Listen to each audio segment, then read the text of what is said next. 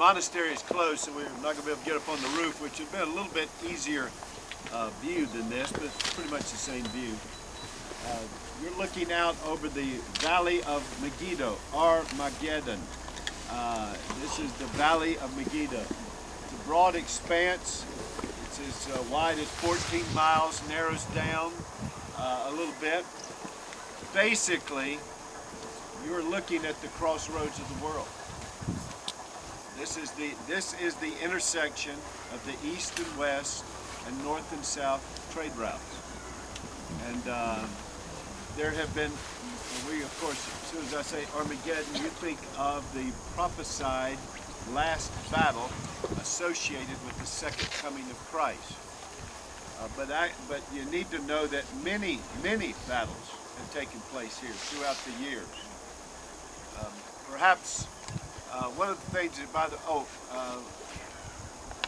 let me back up before I do that. I want to make sure we just left Caesarea. If you don't mind, I meant to do this. Caesarea.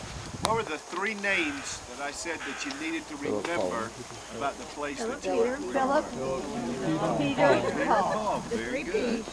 How many times was Paul there? 4 times. Very good. And you went over and stood in the area where very likely he defended the faith to King Agrippa. Remember that? When I love to sit there, I think of all the stuff that, I mean, I could have stayed at Caesarea for, I don't know, a couple of weeks and gone around there picking Bernice's brain and Amos and finding out everything I could about the place. But one of the things I love to sit there and think about is, and by the way, the Hippodrome, that's very likely one of the places when the persecution of Christians hit this area, that was probably one of the areas where Christians would have either had to fight or be slain by gladiators or have been, or even have been fed to wild animals. That Hippodrome area where you were looking, where you were walking on. It was much more than a racetrack, believe me. But one of the things I like to think about is I see Peter there, I see Paul there in prison, the great might of the Roman Empire, Caesar, Nero, and how Paul and them were hated. Every time I look at that, I always think about how the Lord, I mean, first of all, you see that stuff covered. Can you imagine when we're walking around there, the grandeur of that, and the people that lived there at that time, and all y'all kept saying, you mean all of this was covered over with sand? All of this was covered over with sand? Just think what they would have thought. Would they have ever thought that that entire civilization would have been covered over with sand and a place of over 100,000 would become nothing?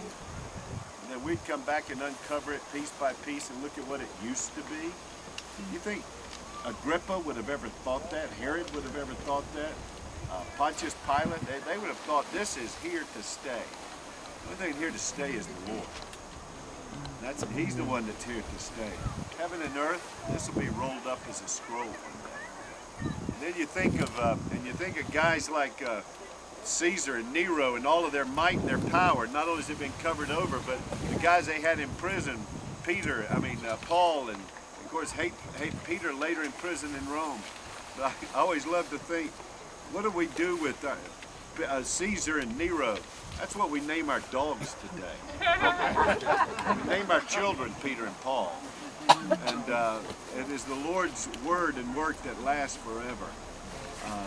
But anyway, we come to where we look at the prophecy. I'm going to read it in just a moment.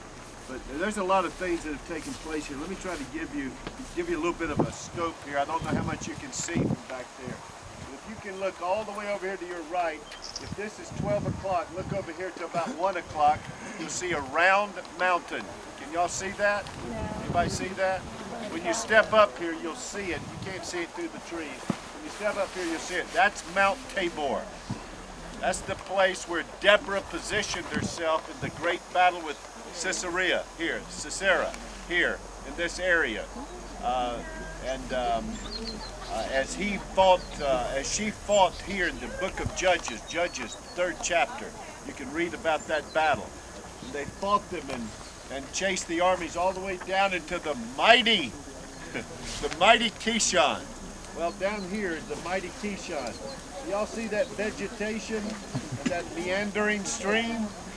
That's the Kishon Brook, right there. It's the Kishon River, the mighty river.